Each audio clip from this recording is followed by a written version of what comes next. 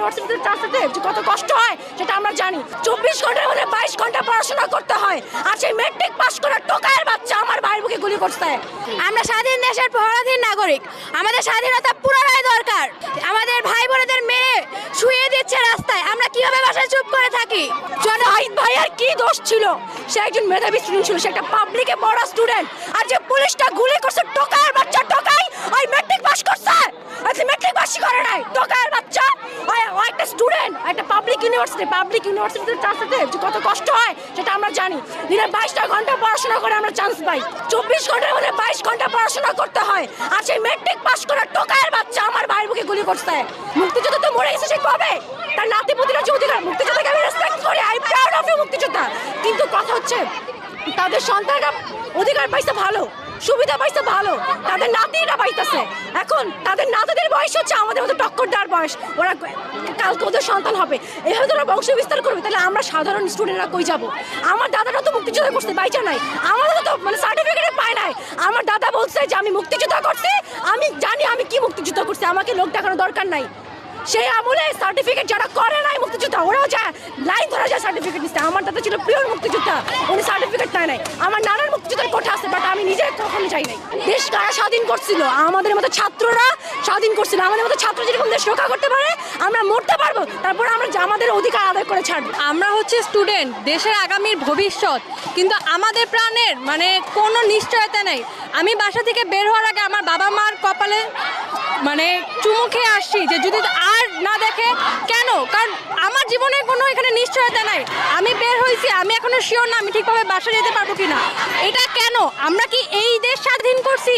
এটা তো আমাদের স্বাধীন দেশ হইতে পারে না। 52 সাল বলেন, 69 বলেন, 71 বলেন, আমাদের ভাইরা রক্ত দিছে, এখনো দিতেছে। তাই স্বাধীন দেশের মানুষ কেন রক্ত দিবে? এটা তো কোনো ডিসিশন হইতে পারে না। তাই বলতেছি কোটা আন্দোলনের সংস্কার চাই, কোটা সংস্কার চাই।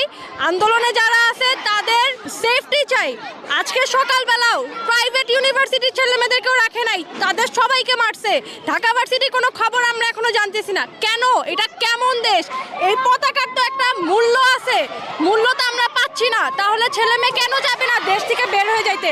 সবাই চাই বাইরে চলে যেতে, কেন? কারণ এই দেশে কোনো সেফটি নাই। আমরা এখানে সাধারণ স্টুডেন্ট, আমাদের বড় ভাইয়ারা সামান্য একটা আন্দোলন নিয়ে, কোঠা আন্দোলন, আমাদের নিজেদের অধিকার আদায়ের আন্দোলন, এর জন্য আমরা রাজপথে রক্ত দিয়েছি। বিশ্বের এমন কোনো দেশ নাই যেখানে এই কোঠার জন্য রক্ত দিয়েছে। আর সেই আমরা এখন মনে পড়ে গেছে 1952 সালের কথা, তখনও বলেছে সবাই যে 1952 এমন কোনো দেশ নাই যার জন্য যেই দেশে ভাষার জন্য শুধু রক্ত দিয়েছে। আমাদের দেশ কেন? আমরা এখন স্বাধীন দেশ না, কেন রাজপথে রক্ত ঝরবে? কেন আবু সাইদ ভাইয়া মারা গেল? কেন আসিফ ভাইয়া মারা গেল?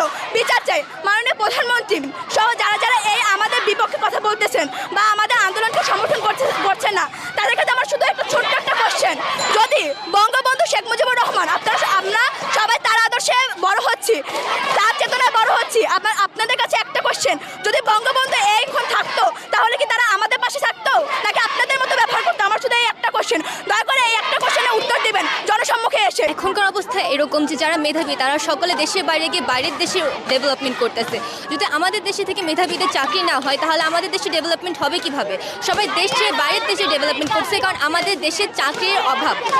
এখন আমরা এটা সকলের বোঝা উচিত যে স্টুডেন্টসদেরকে দমানো সম্ভব না। যদি স্টুডেন্টসদেরকে দমানো সম্ভব হতো তাহলে আজকে আমাদের মাতৃভাষা উর্দু হতো।